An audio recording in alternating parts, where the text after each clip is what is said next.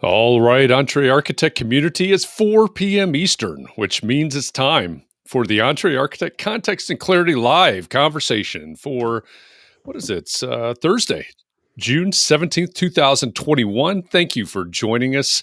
We always appreciate you coming here. Obviously, when you get here, say hi. Let us know that you're here and let us know where you're joining the conversation from. It is our live session, so we have people coming in from Facebook and LinkedIn and YouTube and Twitch. Probably going to be a huge crowd coming in from the Twitch side, would be my guess today.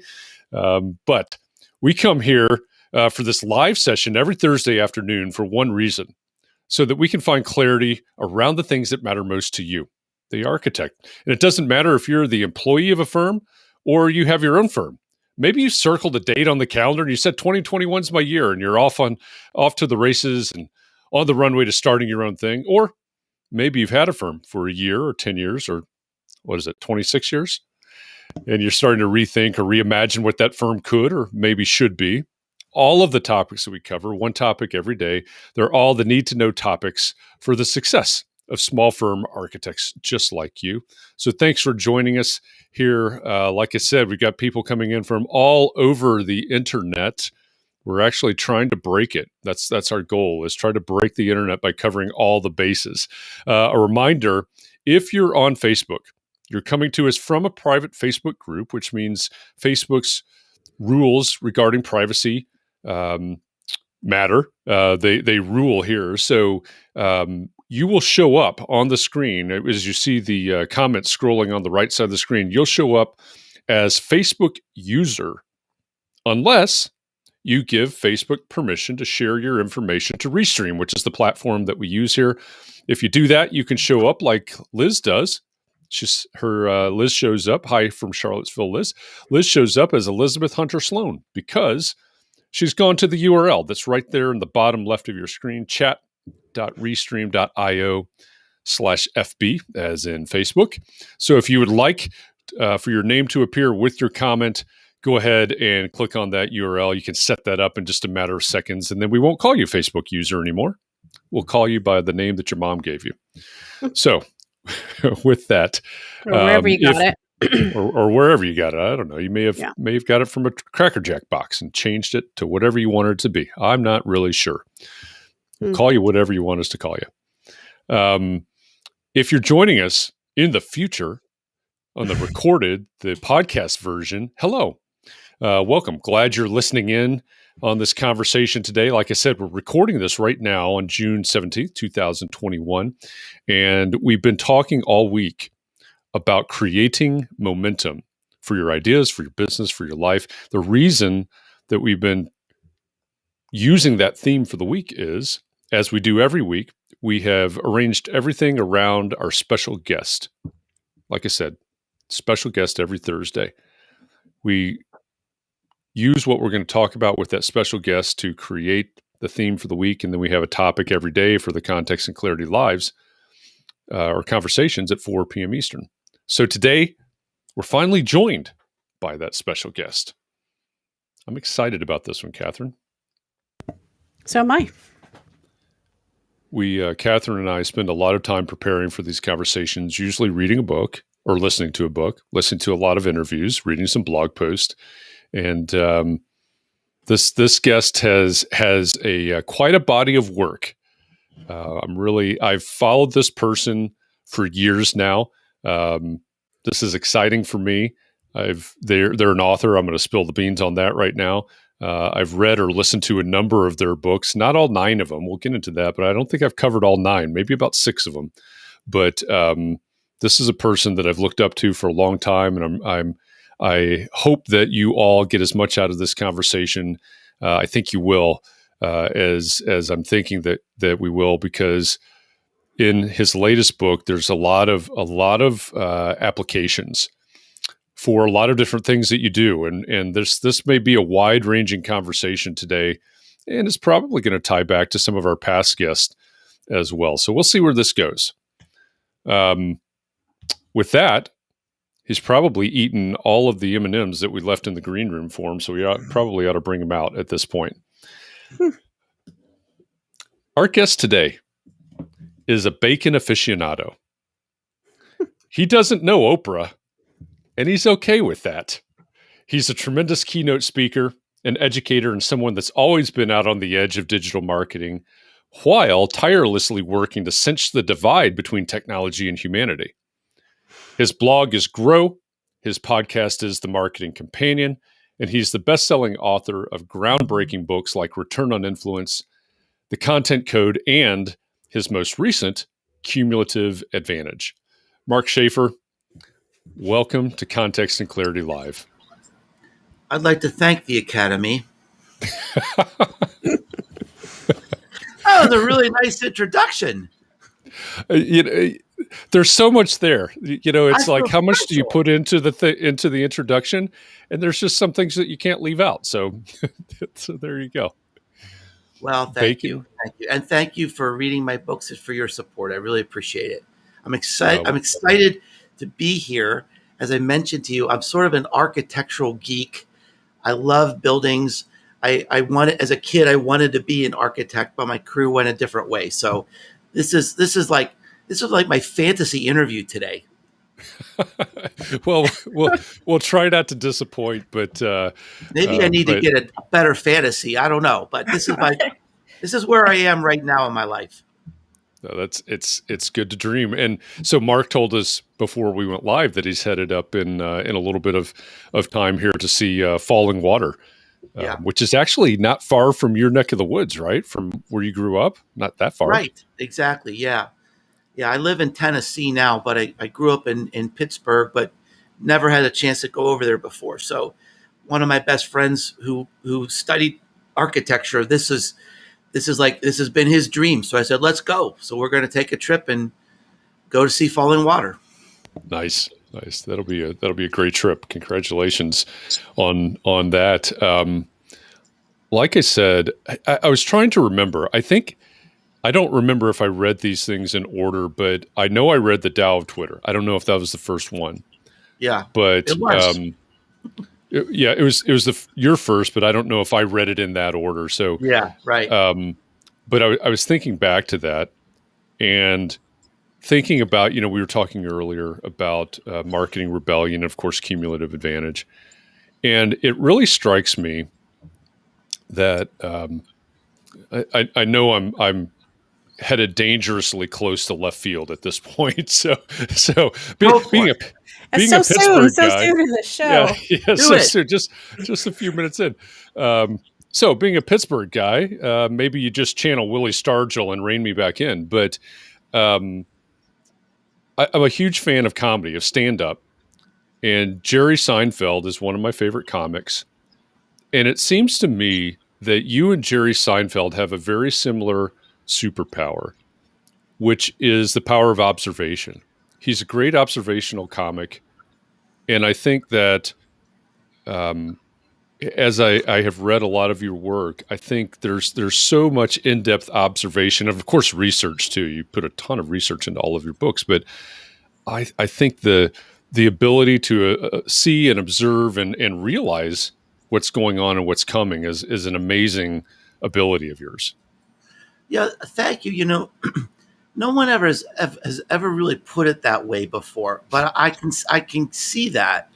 The way I sort of view my own, the way I connect to the world is I have a way of looking at trends and seeing like what comes next.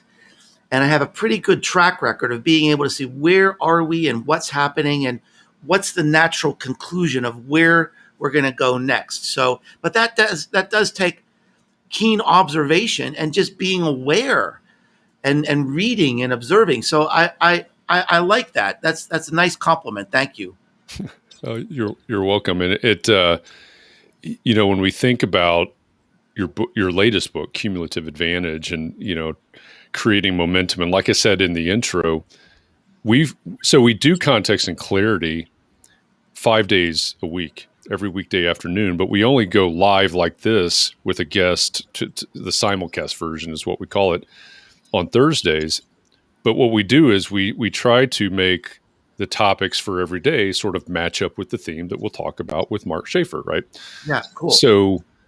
So we started Monday talking about where ideas come from, and then we talked about connecting with people and influencers, et cetera. We'll talk about goals tomorrow. And I think, at some point we'll probably jump ahead into applying the 5 steps that you talk about in the book to the small firm scenario, small business people. But one of the things that really captivated me and entertained me through the cumulative advantage was this thread. And I know everybody asks you about this. I'm going to do the same, but this thread of you versus Tim Ferriss. And the reason that I think is so applicable to a lot of our audience, again, many small firm architects in the audience, is that there are an awful lot of sole proprietors, an awful lot of people that are wearing the 17 hats of an entrepreneur that are fighting an uphill battle. And they might be looking out going, how in the world did this architect get that project? Or why do I seem to be not able to compete with this other person across the street or across town or something like that? What is it? How are they winning all of these projects? And so I wondered in my head, is Tim Ferriss in some way, is he the small firm architect character in Cumulative Advantage? Yeah, I think so. So to sort of explain what's going on with this comparison, first of all, let's back way up and talk about what's going on. Why did I write this book? And I think this is something a lot of people can relate to. I'm a small business, but I think really a business of any size right now has to be preoccupied with one thing. How do we stand out?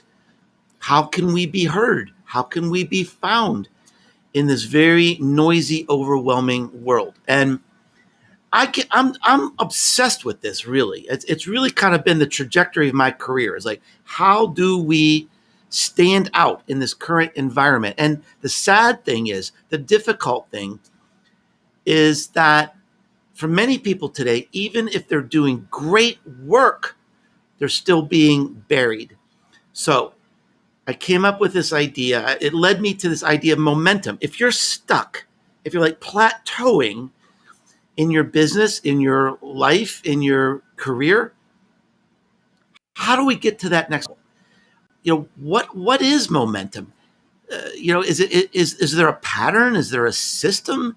Can you learn about momentum? And I went down this rabbit hole and I found out that indeed there was research that started in the 1960s, and that there's sort of this pattern, and that it really has been left in academia. It hasn't been applied to our lives. So I became very interested in this idea. So then I started looking for case studies of people that seemingly had nothing. Maybe they grew up in abject poverty. Maybe they had some difficulty in their life that they had to overcome, and they created this momentum. Did they fit this pattern? Could I see this pattern? Was it real? The stuff that's in the research. So I started researching Tim Ferriss because I thought, this guy is a money machine. If you're not familiar with Tim, he wrote a New York Times best-selling book called The 4-Hour Workweek. And then he's just become a superstar. He's a franchise. Everything he touches turns to gold. He's become a VC investor. He has one of the top podcasts. He's a best-selling author. He's one of the highest paid speakers in the world now. So I thought, okay, well, there must have been a lot of things in his past that prepared him for this. He must have come from a wealthy family and, had all this special training and education. And I read and I read and I dug and there was nothing. In fact, Tim has been very transparent about his journey. And he was a sickly child. He was bullied. He had physical problems. He had psychological problems. He suffered through depression. He grew up in a very modest household, no private schools or anything. I think he got his college degree in like some sort of obscure Japanese, I don't know, philosophy or something. Now,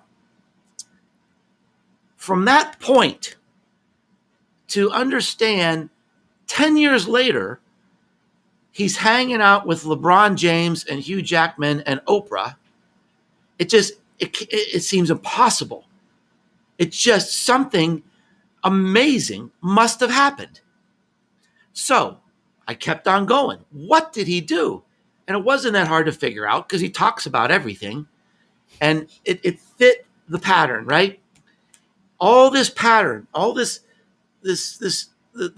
ideas in this research just sort of fit. It lined up. I couldn't have written a better script. And it lined up for me. It lines up for everyone, every person, every business. The pattern is the same. And that's really the power of the book. The first way to really create momentum is to understand that it almost always happens the same way. And in some very surprising ways.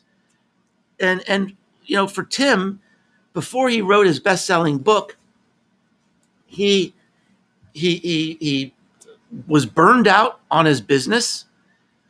He was near a mental breakdown. He was considering suicide. He lost his girlfriend.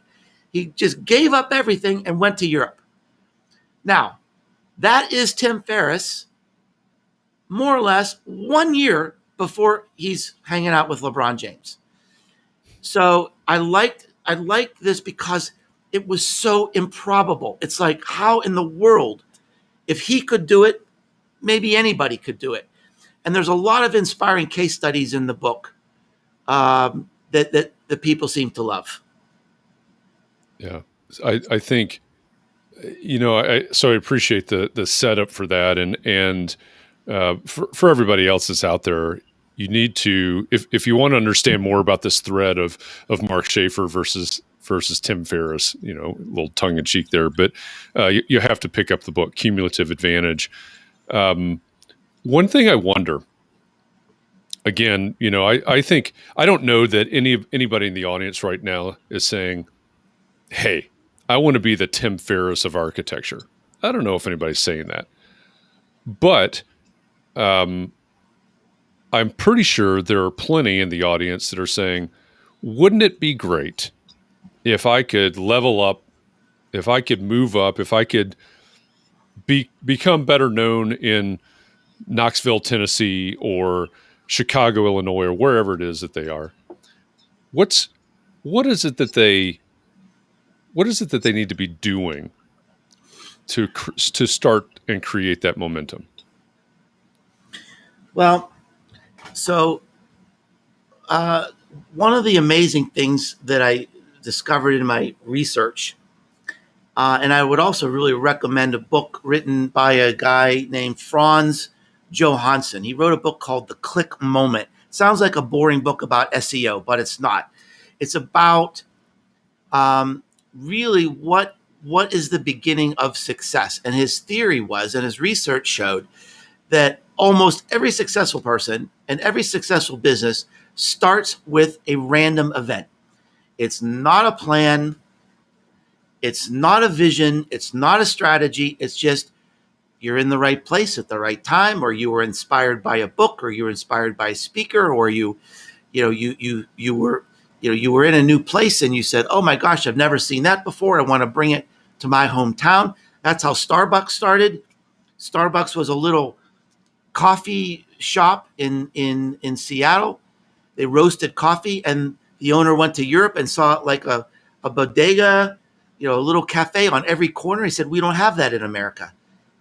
He just connected the dots in a new way. It was a random experience. So how do we start momentum? It's really being aware of the changes in the world. Strategy and success 30 years ago or 40 years ago you had to make something and you had to test it and you had to prototype it. Today, it's really about being aware of what are your strengths, what are your competencies, and then what is happening in the world that's changing with trends, with taste. Well, with something like the pandemic. The pandemic is changing everything. So what I talk about in the book is looking for fractures in the status quo. Every time there's a fracture in the status quo, it's a shift, it's an opportunity. So, for example, if you're reading about, oh my gosh, we're in the pandemic and people are working at home and they're trying to educate their children at the same time. And let's say you are someone who is homebound, but you're a tutor and you like math. You could say, wait a minute, there's an opportunity here. Something's changed. The world needs me. Boom, I'm going to pursue that idea. And that's really the genesis of momentum. It's not just an idea. It's the pursuit of an idea and matching it with some shift in the world. I call that the seam. And let me just give you a quick example that was in the news last week. This is a non-architectural example, but it was just something that I saw in the news. I saw this news headline: Hallmark greeting cards, the biggest greeting card company in the world. The headline says they are exiting the e-card business. Now, the whole world has gone to e-commerce. This does not make sense. What's the shift? So I read the article. Here are Hallmark's two big customer bases. Number one, senior citizens. They do not like sending cards over the computer. So boom, that didn't work. Here's their second biggest audience, Gen Z. And guess what? Gen Z doesn't want computer cards either. They want handmade, artisanal paper cards. Now, if I'm an artist that likes making cards, I'm going to start a TikTok channel. I'm going to show Gen Z how I'm making all my cards. Boom. Could be a new business. So it's paying attention to what are the shifts that are happening now. And there's so many. The pandemic is the greatest fracture in the status quo in the history of the world. It's reinventing how we work, where we work, how we commute or don't compute, how we learn, how we eat, how we connect, how we entertain ourselves, how we work out. Everything is changing. Everything is shifting. It's creating an entirely new set of unmet and underserved customer needs. And all of that is an opportunity to create momentum. I think that's the perfect point. And one of the things that we've talked about a lot in context and clarity is, the architectural example. It's no different than what you were just talking about. If an architect has a client, whether they're a homeowner or a school superintendent or whatever they are, this is the United States, the U.S. timeline. So apologies to those of you around the world that your timeline may be a little bit different than this. But from the middle of March 2020 until now, like you said, everything has changed. And so the question has to become, as an architect to your client or past clients or prospective clients, what's changed and what problems do you have now that didn't exist in January of 2020? Right. That's the seam, right? That's what we're looking for. One of the things from an architectural standpoint that I want to challenge people about is, I think there's probably a tendency to think about, well, I'm an architect and we have this business and we run it this way and this is the way we've always run it. We're kind of going to stick in this lane and, that's what we're comfortable with. And that may work just fine. But I really think strategy today, it doesn't need to be a cataclysmic shift in direction. It doesn't necessarily need to be an acquisition or moving in a new direction. What strategy today is paying attention to these shifts. Here's another quick example. In my corporate days, I used to sell packaging, and I had the idea of putting wine in aluminum cans, or if you're from Europe, aluminium cans. And nobody would listen to me, even though the statistics and the science would say this is a better protective package than a glass bottle. Now, today, 10% of all wine sales are in aluminum cans. This is 15 years after I tried to do it. Why? Nothing changed in the package. Nothing changed in the wine. Millennials and younger people, they don't want heavy wine bottles. They want to throw something in their backpack, put it on some ice. It's a very environmental friendly package. So it was just, that's the seam, right? There's a change in taste. And so when that seam opens and you become aware of it, you just got to charge through with all your power and your might and own it. You talk about that in the book, and I think that's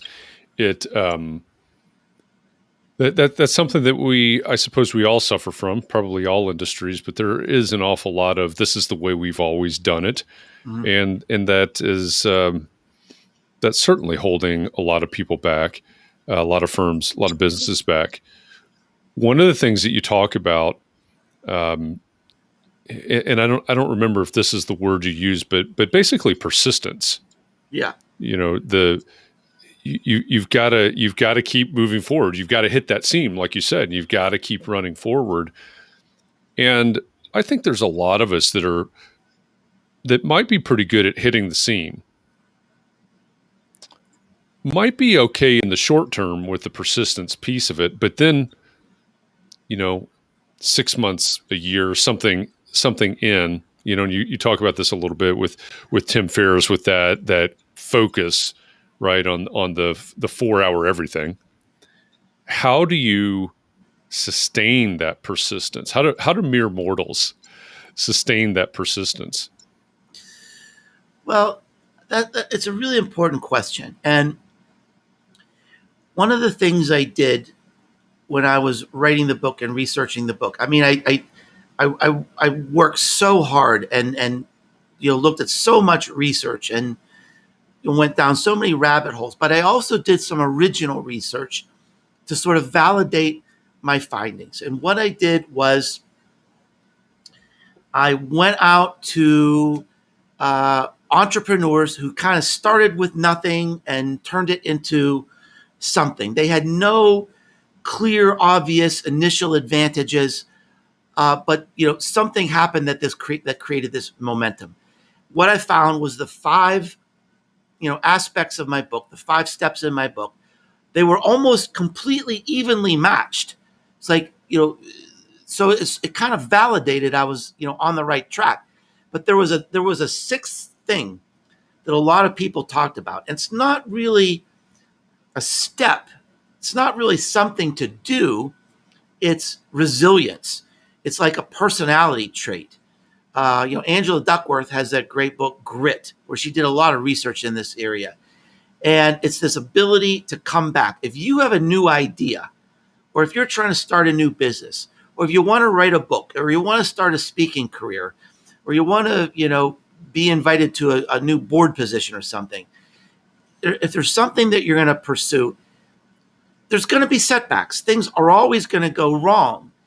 And part of success, yes, it's timing. It's the worthiness of the idea. It could be people helping you along the way. These are all things I write about in the book. But there is a personality aspect to it as well. And I think in addition to resilience, it's also not panicking when things go wrong. Jim Collins, the famous author, writes, he calls this the doom loop. When something like the pandemic hits, do we just start abandoning everything that made us great and start grasping at straws? Or do we say, wait a minute, we can't lose sight of why our customers love us, why they keep coming back to us. We got to figure this out. And I'm not saying don't adjust, don't pivot, do what you need to do. But the idea is resilience, tenacity, don't panic is a personality trait in hard times. I like this idea. I want to address this question from John about serendipity, because it is, it could be the right idea and everything else is aligned, but the market isn't just ready. Right. So, I mean, there's an energizing part of your question and a depressing part of your question. And the energizing part of your question, John, is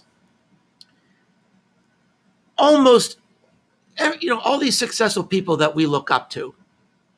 And I get into this quite deeply in the book. It was serendipity. Really. Almost every time. It was serendipity. Maybe it was a stroke of luck. Maybe it was they were born into a rich family or whatever. So we're all riding the crest of a wave that started a long time ago. And some of us are on huge Bill Gates waves. And some of us are on blue collar waves. We had to fight a little harder. And some people in our society are being pulled under, but they don't have a wave at all. But the opportunity is being aware of the serendipity and making it work for you.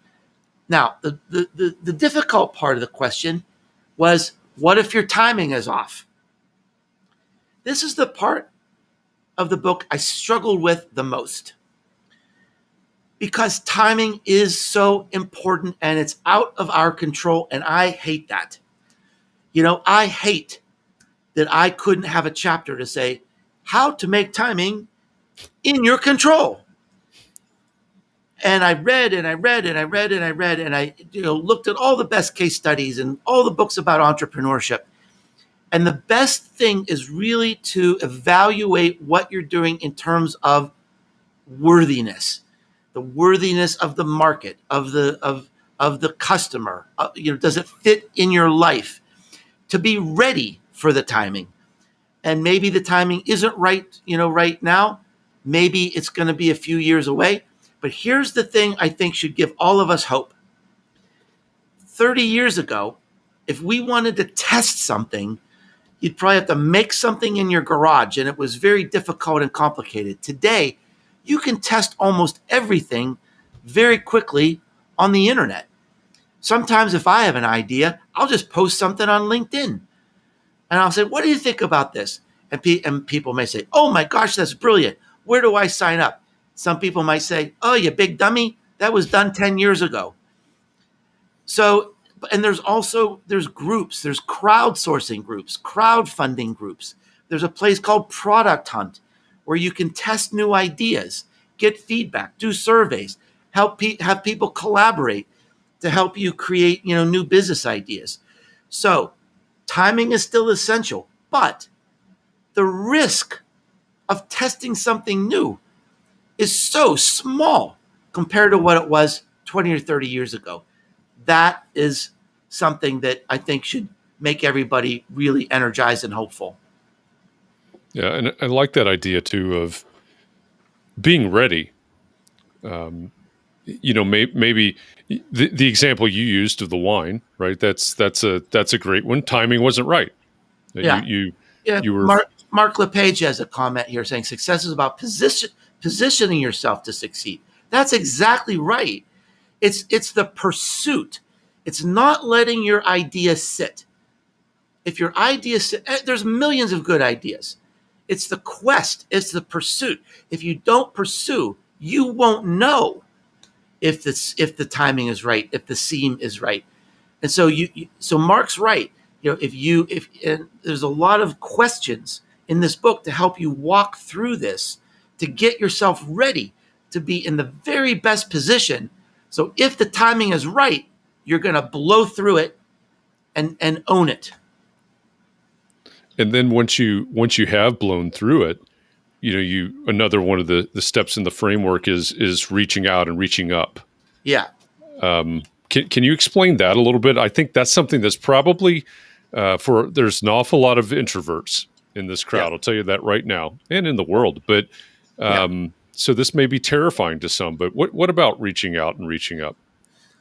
Well, I would be in that introvert crowd, and honestly, as I reflected on my life, this is something that I have not done well. So if you think again about this model of momentum, and if we're at this place where we're kind of stuck, one of the best things, one of the most effective things we can do is to reach up for help from somebody that can lift us up into this new trajectory, this new level. But it requires reimagining the idea of mentorship. There's this classical view of mentorship. A mentor is a teacher. You have a long-term relationship with them. I think that's an anachronistic way to look at mentoring today. If you need to learn something, go to YouTube. You don't need a mentor. You don't have to have a weekly meeting or a monthly meeting with somebody. Here's the role, the true role of mentoring and momentum. Mentors open doors. They make introductions. They create new opportunities that are out of your sphere. They're out of your access. That's one of the best ways, one of the fastest ways to get lifted up into this new level of momentum. So one of the things we have to think about is the strategy. How do we do that? Who's the right person? Traditionally, we think about, it's somebody above us. Maybe it's a boss. Not necessarily. It could be somebody younger than us. It could be somebody in a completely different field, right? We have to look at our goals. How do we approach them? How do we connect to them? How does this work? So I get into that in quite a bit of depth in the book. But, one of the fascinating statistics in the book, I reference this research that started in the 1960s. And the research started with Nobel Prize winners. How did a Nobel Prize winner become a Nobel Prize winner? And it led to this discovering some of these patterns of momentum. Here's the thing that was amazing. Of the Nobel Prize winners they studied, I think the number was 86%. Correct me if I'm wrong, Jeff, because you read the book. I think it's 86% of the people who won a Nobel Prize had worked for somebody who won a Nobel Prize. Now, I don't think that's a coincidence. I think the people at the top taught these younger people how to work in this system. Here's something that's amazing. The guy that did the research on momentum, his son won a Nobel Prize, which I think is amazing and elegantly beautiful. So this idea of reaching out and reaching up is amazing and important. And I kind of, connect things at the end of the book to also talk about it's just as important to reach down and create those sparks of initiative, those sparks of momentum in others, because we all have that power. We know that's how momentum starts. It doesn't have to be money. It doesn't have to be a college education. It could be encouragement. It could be direction. It could be an idea. It could be an introduction. We all can do that. Think how powerful we are. We can create momentum in other people's lives. I think that's profound. I think that's important. That's another hope I have of this book, is that we'll start to see our role in our world, in our society, in a little bit of a different way. Yeah, I completely agree with you. And I think that idea of the new version of a mentor, or however we describe that, as the person or people that can provide opportunities, that can open those doors. I think that is, I agree. I think that is maybe the most important thing in the entire book.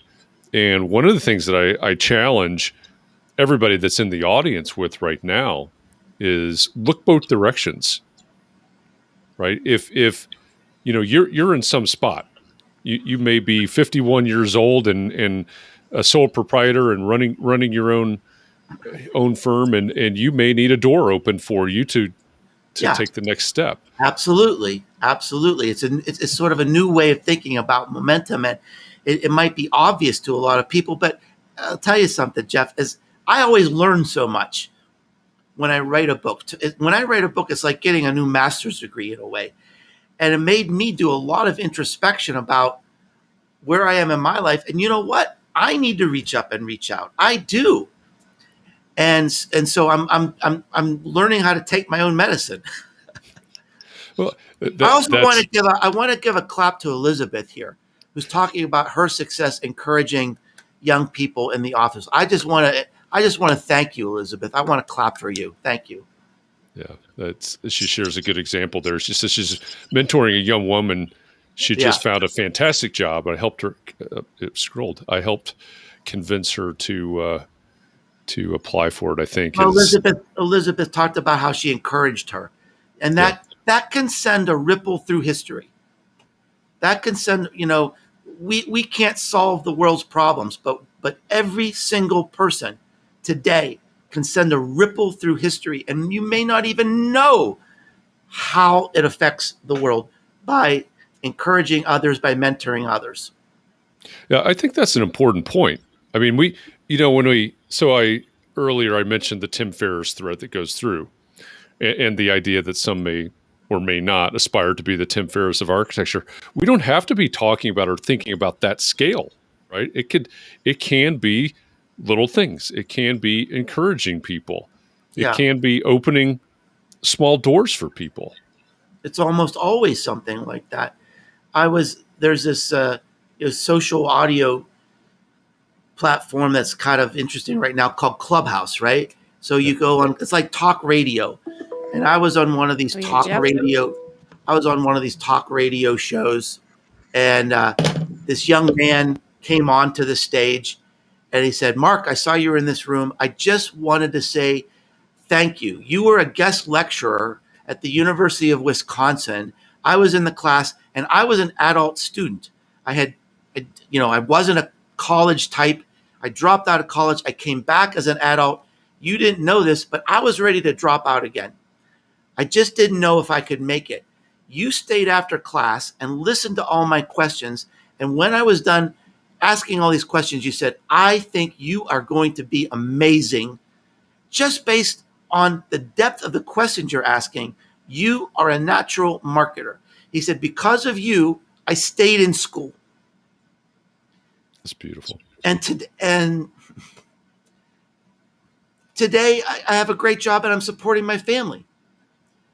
And I just wanted to tell you that.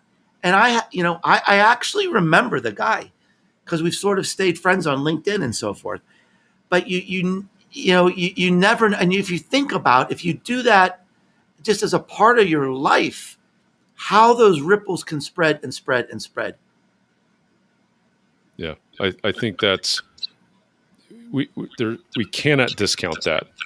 Yeah, and I think it can be, whether we're talking about a young architect, or not. I mean, it could be a completely different context, and I keep thinking about what you said. You need to reach up sometimes. Yes. And I think that's important, right? It again both ways. Right. I need to reach up. I need to reach down, if that's the right way to say it. I need to give. That's a great way to say it, Jeff. Yeah. That it for all of you that are out there, think about that. This is where we've been on the verge of a lot of change. There's been a lot going on. When we think about the workplace, when we think about the future of the workplace, even our clients, how can we? Some people probably are tired of hearing me say, as an architect, you have one job, and that's to make the life of your client better. And I think this is a perfect application. What can you do as an architect to open a door, to reduce the friction for somebody, to make their life or their business or whatever their context is, to make it better? I was kind of struck. Can I just can I talk a little bit about the beginning of the book where you're talking about the the twins who couldn't fail The basically because they have Winklevoss so many twins. advantages. Yeah, exactly. Yeah. So, I mean, that strikes me as I'm one of the people I am one of those people who went to a private school and has a safety net and has all these advantages and yet anyway, but we won't get into that. But that seems really unfair that some people have all these advantages and other people don't. And then I was glad that at the end of the book that you address how you can help people who, give the sparks to people from our advantaged standpoint to help other people. So Well, it's how would I practically speaking do that? Well, first, the thing that haunted me about this book is I had a realization that every business book and every self help book is elitist because it assumes you have the money to read the book, to buy the book. It assumes you have the time to read the book. It assumes you have the resources around you to take action. And it made me angry that I couldn't write a book that was truly applicable to everyone. And that's kind of where I go at the end of the book. There is a great researcher, and I'm forgetting his name. He's a very popular teacher at Harvard, and I apologize, I can't remember his name. But he did a lot of work about this idea of the sort of the tyranny of this idea of the American dream. And the truth is, most people who seemingly have the American dream, like the Winklevoss twins, they were born, they had millions of dollars. They grew up in the Hamptons. They went to private schools. They went to Harvard, blah, blah, blah, blah, blah, right? So they had this advantage that was kind of built in that most people don't have. And so this professor at Harvard, writes about this, that if we were all telling the truth about ourselves, that a lot of our success is based on somebody helping us or having a lot of money in the bank or whatever. And the problem is that a lot of people who don't have that advantage, they don't feel worthy because they think, oh, if I just worked harder, I could achieve the American dream. Hard work matters. It does. Hard work matters. Big ideas matter. Uh, you know, getting, working for an education, that matters. I'm not dismissing that at all, but we also have to acknowledge that not everybody has those advantages. Yeah, and I think at the same time, there's a lot of people being told Yeah, that they just need to work harder. but I think Right. the thing that is hopeful about the book is that it shows there's lots of examples in this book of people that started with nothing. Melody Hobson, the chairman of Starbucks, was in destitute poverty. She grew up in destitute poverty, and was living off of government cheese. And you look at the patterns in her life, and it sort of follows this pattern of momentum. So this is a book of hope. It really is. There's nothing in this book that anybody couldn't do. You just have to be aware of how the world really works, and then think about applying it to your own life. Yeah. I mean, I'm thinking about how I could help other people. So how can I find those people? How do I go help people and reach down or whatever you call it? One of the things I do, and I did this a lot in the pandemic, especially the early days of the pandemic, is I was kind of watching social media.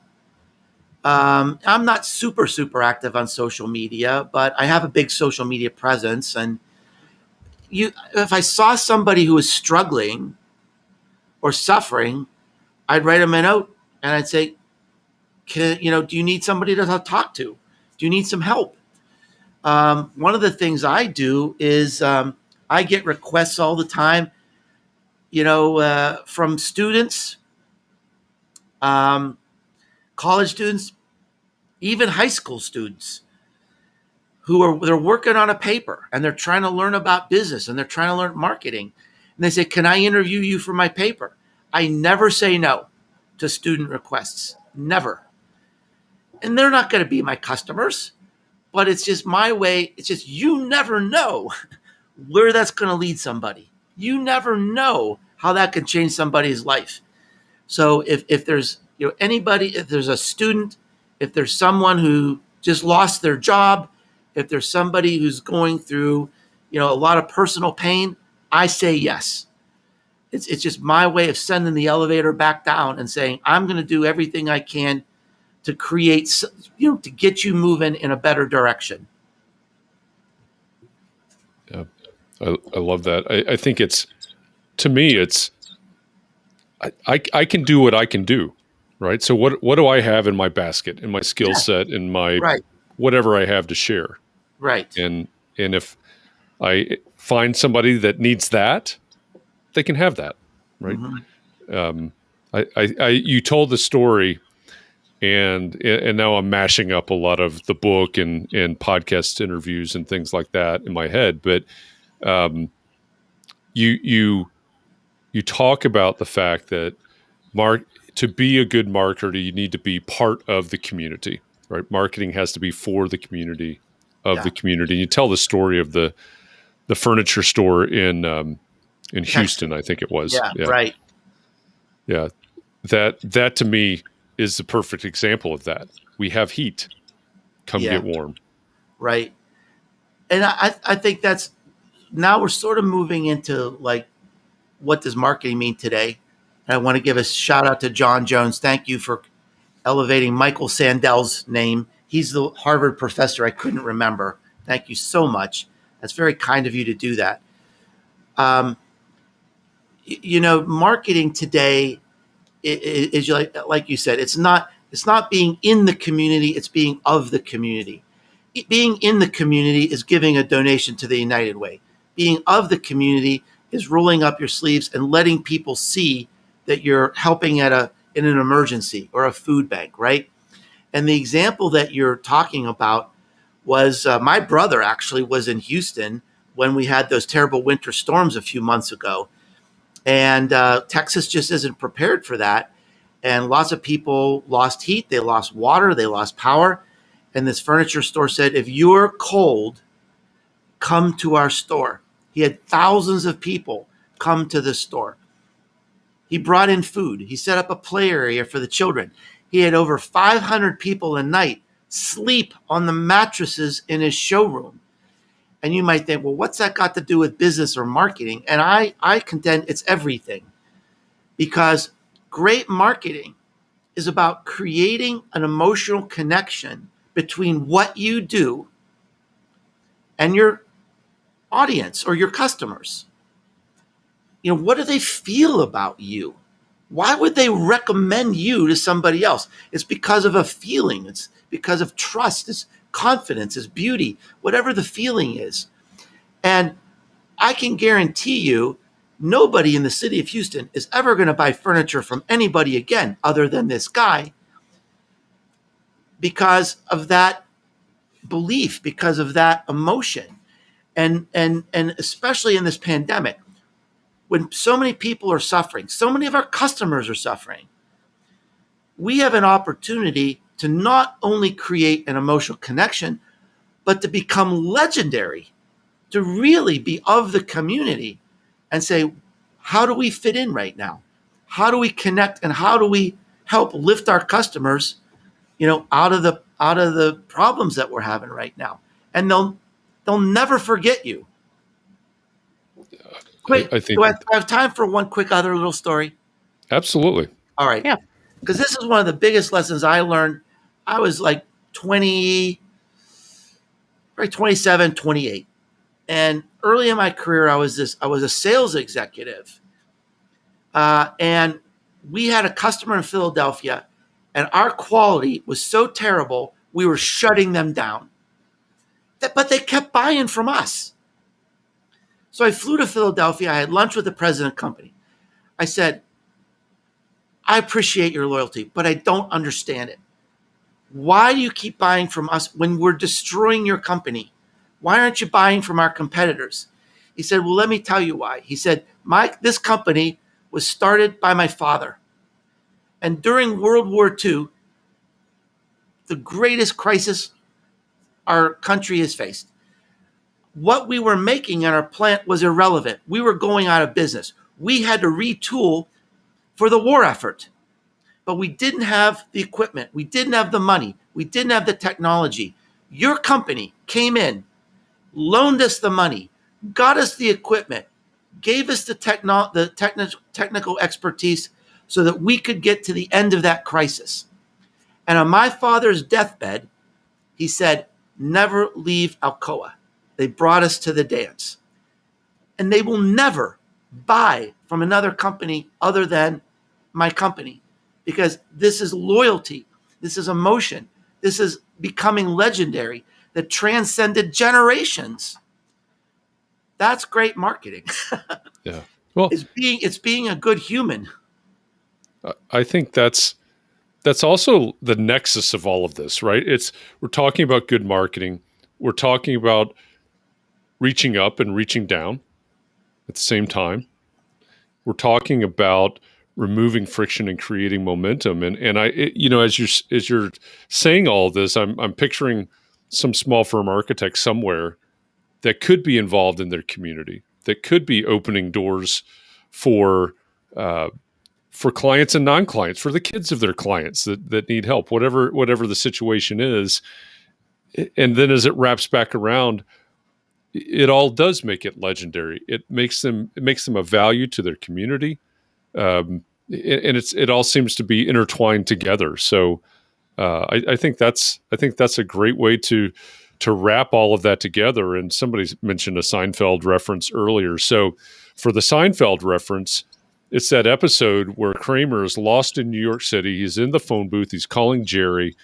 And he says, Jerry, I don't know where I am. I'm at the corner of First and First. I'm at the nexus of the universe. So there's your Seinfeld reference for whoever. I think that was Christian maybe that said that earlier. But thanks so much. And I also want to thank everybody who's been leaving all the amazing comments and just helping me with the things I couldn't forget. The reference to Mattress Mac. And so this has been great. I love the energy of this group. So congratulations, Jeff and Katharine, for nurturing such an amazing group and community here. This has been fun. And I hope you'll have me back again soon. Oh, absolutely. I really appreciate you.